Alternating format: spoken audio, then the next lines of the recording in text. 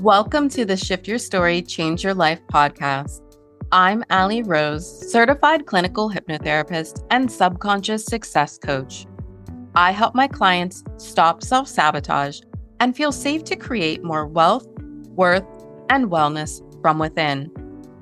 If you find yourself stuck repeating the same unhelpful patterns in your life, health, business, or relationships, even after all the mindset work, this podcast is for you. Each week, you'll hear deep dives into the hidden beliefs shaping your life and live hypno coaching sessions where someone shifts a block in real time. Because willpower isn't the problem, your subconscious story is. And when you shift it at the root, everything else begins to change. So let's dive in. Hello. Welcome back to the Shift Your Story, Change Your Life podcast. Today, I want to talk about numbing, about the stuff that you keep calling your bad habits, the scrolling, the wine, the snacking when you're not hungry, the online cart at midnight, the overworking, right? Whatever yours is. And I'm going to say something right out of the gate that might rub you the wrong way at first, so just stay with me. There's no such thing as a bad habit. There isn't. What you've been beating yourself up over isn't a bad habit at all. It's numbing. It's a way that you learned to cope, and the whole story changes the second that you see it that way. So let's just start with what numbing actually is in plain terms. Numbing is when something uncomfortable comes up inside of you. Some stress, some sadness, boredom, loneliness, anxiety. And instead of allowing yourself to feel it, you reach for something to turn the volume down. That's it. The scroll turns the volume down. The wine turns the volume down. The snack, the shopping, the busyness, the work, they all do the same job. And the job is help me not feel this right now. And honestly, that's so very human of you. Of course, you don't want to sit in the hard feeling. Nobody taught most of us how to. And let me paint you a picture. Just tell me in your own mind if this is you. It's the end of a long day, the to-do list finally stops, and you find yourself standing in the kitchen eating something you don't even want. You're not hungry, you know you're not hungry, and you can't quite stop. That's numbing. Or you're 20 minutes deep in your phone and you couldn't tell me one thing that you actually saw. That's numbing. Or the busyness stops and the quiet feels so loud that you open the laptop and go find one more thing to fix because being still and being with yourself feels worse than being tired. That's numbing too. And here's why I want to retire this phrase, bad habits, like today. Because the second you call it a bad habit, you've made yourself the bad one. It's the same thing.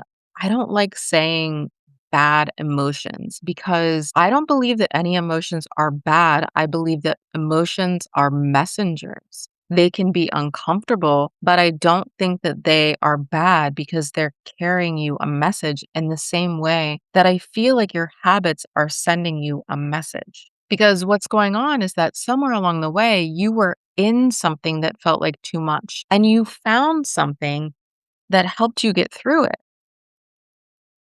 The wine, the food, the work, the shopping, the phone, it showed up for you when nothing else could. So that's not a bad habit. That's a coping strategy that's been doing exactly what you built it to do. There's a difference, and the difference is everything because you cannot shame yourself out of something that was never about being bad in the first place. And let's talk about shame for a second, because this is where so many of us get stuck. We numb in secret. We do it alone in the dark, and then we beat ourselves up the entire time. And here's what I know to be true. Shame feeds on silence. The more secret you keep the thing that you reach for, the bigger and louder and more shameful it gets in your own head.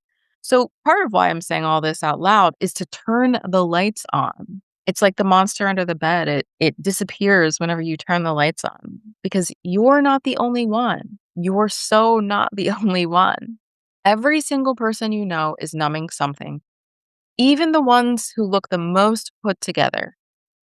Which brings me to the most unfair thing about all of this. Our culture celebrates certain kinds of numbing and shames you for the rest. And underneath, they're the exact same thing. Overworking? We hand out trophies for that one. Wow, look how driven she is. Look how successful. But if you literally cannot slow down, if the second there's nothing to do, you want to crawl out of your skin, that's numbing. Controlling food really rigidly, no flexibility, can't go to the dinner, can't be around it, we call that discipline. And a lot of time, it's just a coping strategy that's become really socially acceptable. And I really want to name the ones that hide in plain sight, especially for the high functioning women listening, because your numbing probably doesn't look like numbing. It looks productive. Being busy is numbing. If you keep yourself so booked and so optimized that there's never a single quiet pocket where a feeling could catch up to you, that's numbing. Planning and researching and over preparing can be numbing because as long as you're gathering information, you never have to actually feel the fear of doing the thing. And over functioning is a big one. Being the one who handles everything for everybody, the fixer, the helper, right? Because if you're busy managing everyone else's feelings, you never have to sit with your own. Even working out, even wellness can become numbing if you're using it to escape instead of to feel. That's the thing that I want you to hear. If you're using something to escape instead of to feel, it doesn't have to look messy to be numbing. Some of the most numbed out people I know look like they've got it all together. They're just numbing with things that the world says is okay, that the world claps for. And so to be clear, I am not coming for your glass of wine. There's nothing wrong with a glass of wine, with loving your work, with food. Food can bring joy. The question's never about the thing itself. The question is, am I reaching for this to enjoy it? Or am I reaching for it to not feel something?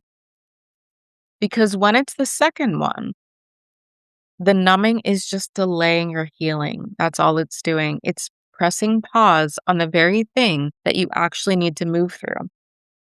So you might be sitting there going, okay, Allie, but how do I even know which one I'm doing? Am I numbing or am I just enjoying my life? Great question. And there are a few tells. Here's the first one. Can you not do it? Could you skip the wine tonight, skip the scroll, take a night off work without feeling antsy and irritable and like something's wrong? If not doing it feels unbearable, that's a tell because enjoying something is a choice and numbing is a need. Second tell, do you do it on autopilot? Do you sort of come to halfway through, like, oh, I'm doing that thing again and I don't even remember deciding to do it? That kind of like blackout feeling, that automatic quality, that's numbing. Third, do you hide it or downplay it or feel a little flicker of shame around it? Because we don't hide the things that we're truly enjoying. And this last one, it's a big one. How do you feel after? When you enjoy something, you feel kind of filled up, satisfied. When you numb, you usually feel a little bit emptier, a little bit worse, a little bit further from yourself than before you started. So you don't have to overthink this. Just ask, could I stop? How do I feel after? Your body already knows the answer. And here's the catch with numbing. There's always a short-term payoff and there's always a longer-term cost. It pays you right now in this little hit of relief, and then it bills you later in the exact thing you were trying to avoid. So, for example, you overspend to feel in control, and then you wind up feeling more out of control. You overwork to feel worthy, and then you end up more depleted. The relief is real. I'm not going to lie and say it isn't, but you just have to pay for it later. So let's talk about what we're actually numbing. We're numbing because a lot of us were never given permission to feel certain things in the first place. So things come up and they're uncomfortable, and we reach for something to numb. Think about it.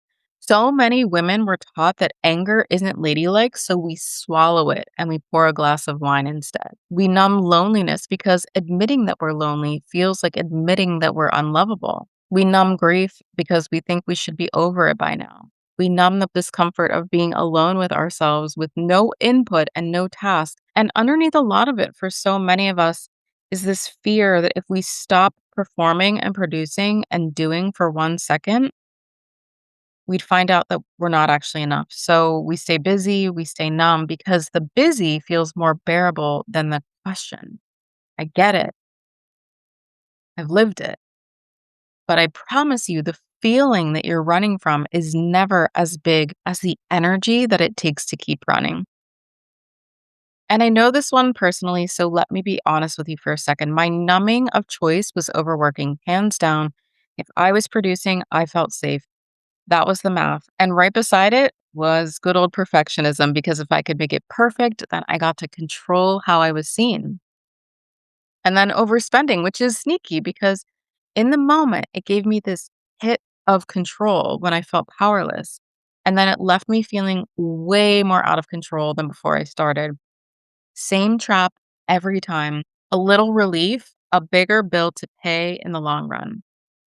And what was underneath all of it, if I'm honest, was that exact feeling that I wasn't enough. So here's the part you've been waiting for. What do you actually do about it? And I promise you, it's smaller than you think, and it's not white knuckling your way through it, because white knuckling never works. You already know that. You've already tried. So, first, you stop trying to rip the behavior away because the feeling underneath is still going to be there. And if you just yank the wine or the phone or the work away with nothing in its place, your system goes and finds a new way to numb, usually a sneakier one. And that's really like the whack a mole that so many of us have lived in for years. So we don't rip it away at first. We give that part of you something better to reach for first. Second, you find your predictable moment, because we almost always reach to numb at predictable times. The end of the day, right after a hard conversation, Sunday night dread. And that predictability, it's a gift. It's a clue. It's pointing you right at the moment that needs you. So get honest about when you reach for the thing. And third, in that moment, before you reach for the thing or even halfway into it, you pause and you do one small thing first. Maybe you put a hand on your chest and you actually name the feeling out loud. I'm anxious. I'm lonely. I'm exhausted. Just naming the feeling takes a shocking amount of charge out of it. Maybe you take a 5-minute walk before you open the cart. Maybe you let yourself feel the thing for 60 seconds before you reach for the phone. And then I really want you to hear me here. You're still allowed to have the wine or the snack or the phone if you want. It's not about restriction. It's about allowing yourself to feel the feeling first, even just a little before you numb, because then we can start to expand on allowing yourself to feel that feeling. And let me give you a couple more tools for that moment, because the pause, it is the game changer in all of this. And I want you to feel equipped for it. So when the urge hits, I want you to remember that an urge is a wave. It rises, it crests, and then it passes. Every single time, whether or not you act on it. We think if we don't reach for the thing right now, we'll feel this way forever, but you won't. Most urges peak and then start to fade within just a few minutes. So you can ride it. You can go, okay, here's the wave. I'm going to let it rise. And then I'm going to watch it come back down and not grab onto anything. That alone is huge. All right, here's another one. In the moment, ask yourself, what do I actually need right now? It's almost never the wine or the scroll. Underneath, you might need rest. You might need to cry. You might need to call someone and connect. You might need to put down something that you've been carrying all day. The numbing is a stand in for a real need. And when you can name the real need, sometimes you can actually meet it. And here's a simple one to try. Just run through. Am I hungry? Am I angry? Am I lonely? Am I tired? So often the urge to numb is just one of those four things. A really easy way to remember it is halt. So, like, halt, I'm stopping this numbing behavior. Am I hungry? Am I angry? Am I lonely? Am I tired? And the second you name it, it loosens its grip. It's like shining the spotlight on it. It's the monster under the bed. You turn on the light, it becomes smaller, and you see that it was really just a shoe. And here's the thing, you're not gonna catch it every time, that's not the point, so please don't make this one more thing to be perfect at, because that's just another way of numbing. Whenever you catch it, even an hour later, even the next day, you pause and you offer yourself the feeling instead of the numb. And what happens is kind of amazing. The pull drops, maybe 10%, and then next time a little more. But I want to prepare you for something because it trips people up and it makes them quit right when they're closest. When you take the numbing away, you don't suddenly feel amazing. A lot of the time at first, you feel worse, flat, low, restless, kind of empty. And people take that as proof that they're doing it wrong or that the numbing was actually fine and they should go back to it. So they go back. But hear me on this, that low feeling isn't you going backward. It's you finally meeting the thing the numbing was covering this whole time. The numbing was working. It was keeping that feeling at arm's length for you. So the second you set it down, the feeling walks right up because it's been standing there waiting the entire time for you to feel it. That's not regression. That's the actual healing starting. It feels worse because it's finally real, and real is the only thing that actually moves us and heals us. But that doesn't last. You feel it, you move through it, and the discomfort lifts on the other side. So if you stopped your thing and you feel kind of empty right now, please don't let that talk you back into the numb. You're not doing it wrong. You're probably doing it exactly right. And I want to say one more thing because this one's so sneaky and so many of you are living in it, the loop. The loop that feeds itself. You numb, and the numbing makes you feel worse, and the feeling worse makes you want to numb more. The scrolling makes you feel behind and kind of gross, so you scroll more to escape feeling behind and gross. The overspending stresses you out, so you spend again to soothe the stress the spending just caused. It's like a snake just eating its own tail, and here's why it keeps going. Every time around, you're using the numbing to escape a feeling the numbing itself created. You're not even running from the original feeling anymore. You're running from the shame of the numbing. So, how do you get out of a loop that feeds itself? Not being harder on yourself because that just adds shame. And shame is the fuel the whole machine runs on. You break it at one single spot. That is the pause before the reach. Just once, you catch yourself mid loop, and instead of reaching, you feel the thing for 60 seconds. That's the crack in the wheel. And one pause doesn't stop the loop forever. I'm not going to pretend that it does. But when you interrupt it enough times, the loop loses its grip. You don't have to break the whole cycle today. You just have to not feed it one time. And then one day, I promise this day comes, you're standing in the kitchen or the cart's open or the laptop's right there at 9 p.m. and you go to reach out of pure habit and you just don't want it. Not because you're forcing yourself to do something different, because the feeling it was covering finally got felt. That's freedom. And I want to say one more thing before we close up, because I think it might be the most important part. The way that you talk to yourself about all of this matters more than any tool that I just gave you. If your whole strategy is to catch yourself numbing and then hate yourself for it, it won't work. Shame is the fuel that all of this runs on. So I want you to try talking to yourself like you talk to your best friend. If your best friend told you she'd been scrolling for 2 hours or eating in the kitchen at midnight or working herself into the ground again, you wouldn't go, "Wow, what's wrong with you?" You'd go, "Oh, God, I know you're carrying so much right now. Of course you needed a minute." That tone right there, that's the one that actually changes things. You catch yourself with curiosity and warmth, not a whip.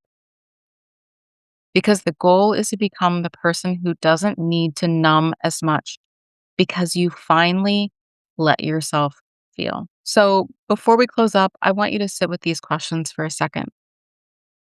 What's the thing that you reach for to numb, the one you've been calling a bad habit? What's the feeling that tends to show up right before you reach for it? When was the last time you let yourself feel something all the way through instead of covering it? And what would it look like to feel that feeling for just 60 seconds the next time before you reached for the thing? So, the thing that you've been calling a bad habit was actually the thing that got you through something hard. And maybe you can even give it a little gratitude before you release it.